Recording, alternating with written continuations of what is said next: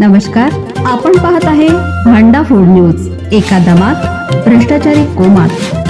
Social media, कर्जबाजारी, गुन्हेगारी, सट्टेबाजी, चोरी, मटका, जुगार, दारू, सावकारशाही, न्यायाच्या प्रतीक्षेत प्रशासन. भांडा फूड न्यूज. एका दमात भ्रष्टाचारी कोमात. कोल्हापूर शहरात पाटला वृक्षाची नोंद. प्राध्यापक डॉक्टर मधुकर बाचुळकर यांची माहिती. जिल्ह्यातील एकमेव वृक्ष.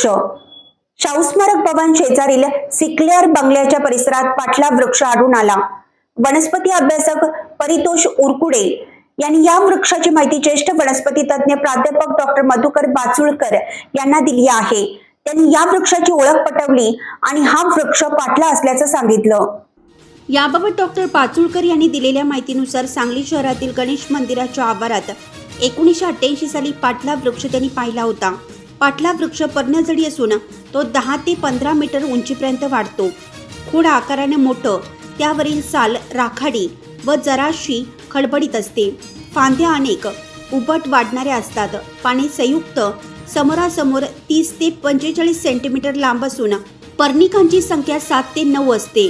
आकाराने पर्णिका लांबट गोलाकार असतात. फुले मळकट जांभळी किरमिची रंगाची सुवासिक असून फांद्यांच्या टोकावर विरळ संयुक्त मंजिरी येतात.